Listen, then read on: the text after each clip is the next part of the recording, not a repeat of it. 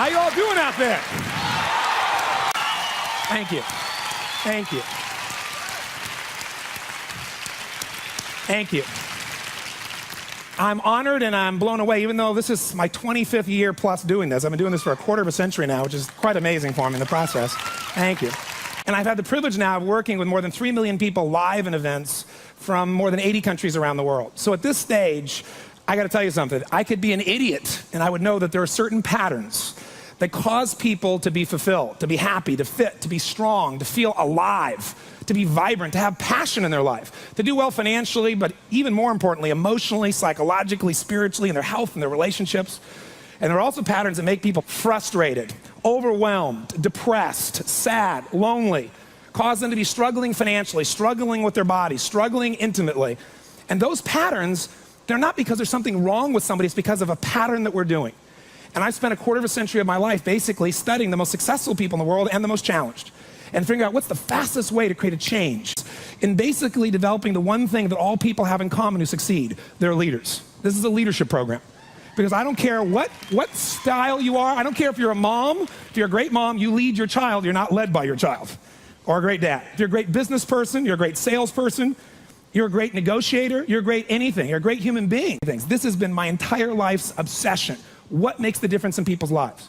And that leadership component, as I say, doesn't always mean somebody follows you. A leader is somebody who lives life on their terms, that you will never settle for less than you can be or share or give or create. It's not what we get that makes us happy, it's who we become. How we live our life, who we are as a person. People can take away all the things, but who you become, no one can take away. And the problem is most of us are trying to be something we're not. And it isn't so much about change, about changing yourself. The change happens when you be yourself. Know thyself, that's the hard part for most people, and then be thyself. Because most of us in our lives, out of our desire for respect or achievement or love or connection or something, we've been trying to be the way we think we have to be in order to get that love, respect, appreciation, whatever it is we've been after at some unconscious level. And we've been doing it so long that we think that this is who we are. Because success without fulfillment is failure. And I can't tell you how many people I work with who are supposedly the best in the world at what they do, and they have more money than they can spend, and they have all these people that love and respect them, and yet they're unhappy inside. Because if you want to know what's really you, where you're going to be alive is when it's really you. And you may even think you know who you are because you've been living a certain way, but I'll tell you how you'll know. You'll feel limited. You'll feel free. I have seen, out of 3 million people around this earth in 80 countries, I've seen just about anything you can see, and there are only so many patterns. And what you're going to find underneath all of this behavior is we have the same needs. There are 6 human needs we're going to review tonight. When you understand what those needs are and which ones you're focusing on, you start to understand why people do the crazy things they do, including you and I.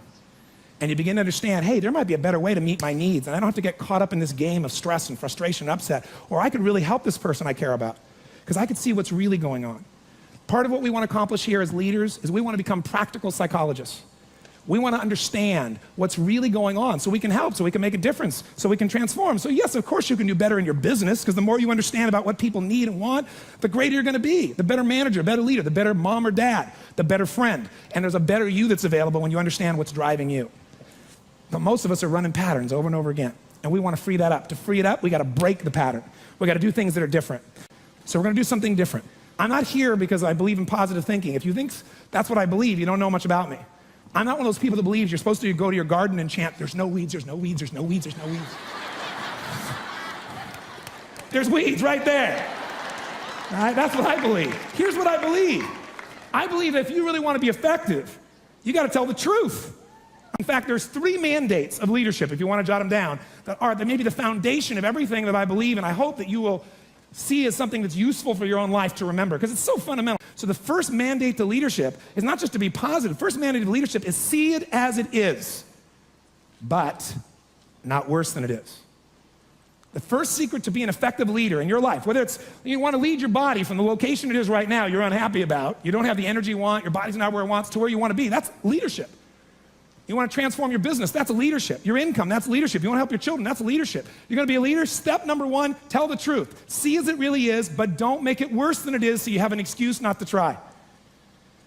What takes guts is to put yourself on the line. What takes guts is to say, I'm going to make this work. What takes guts is to say, I'm going to believe, knowing I could be disappointed or devastated. But you know what? Disappointment's a good emotion if you learn how to use it. Anybody can see it as it is and maybe be honest, but here's the real secret. Can you come up with a vision? Step 2 is see it better than it is. That's part of what we're gonna do this weekend. Seeing it as it is, you gotta be honest. And there's not anybody in this room, including me, doesn't have areas of their life that can be made better. But if we can figure out what they are and tell ourselves the truth, regardless of what other people think, then we got a chance to make a change. I learned something from General Schwarzkopf, one of the best leaders I've ever met. And I got a chance to spend quite a bit of time with him over the years. And he said to me, Tony, I'll tell you the secret to leadership. He said, the whole secret to your life, for any group, any individual, is no individual, no organization can get better until they can admit something's wrong. And so you know what the problem is? No one wants things to be wrong, so we compare ourselves to others who are doing better than so we can feel really good. See, he raised the standard. He went to step 2. Step 2 is you gotta see it better than it is and set that as your standard. A standard is something you don't go for. It's not a goal. It's something you live, breathe, and find a way to get to no matter what. If there isn't a way, a leader makes the way. Is there a difference between should and must for you, yes or no? You better believe there is. So when that standard is a must for you, you're gonna find the way. Finally, the third key here is once you see it better than it is, make it that way. You gotta take massive action. You gotta be resourceful. You gotta find the way to make it you want it. So this weekend, first thing we're gonna do after a while is you're gonna get real clear about how is it really? How is your relationship really? How is your body really? How is your career really? How are your finances really? All of us in this room, as different as we are, and you can look around, you see every gender, race, probably religion, belief structure in this room. The one thing I bet we have in common is we won't settle. How many came because you want more? How many came because you want more? Say I. Oh, say I.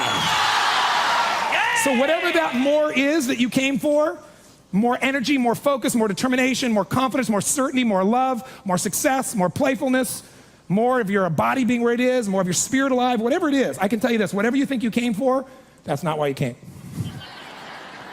Because I've done this for 25 years. I'm not saying you won't get that too. But what brought you here and what you're gonna leave with is gonna be more than what you thought, I can promise you. You wanna know what makes us happy? Progress. That's it. I don't care what you've achieved, if you don't feel like you're still growing, if you don't feel like you're still contributing, if you don't feel like there's some progress in your body or your mind or your relationship or your business, if you don't feel like there's progress, you're gonna be unhappy. I don't care how big your life is compared to other people. Progress is the game, my friends. It's being alive. And if we're gonna be alive, absolutely. Whatever your game plan is, it's ultimately to get to a certain feeling. And the truth is you can have it right now. This next few days is the beginning of that path, and we wanna take it to a whole nother level. And let's start now.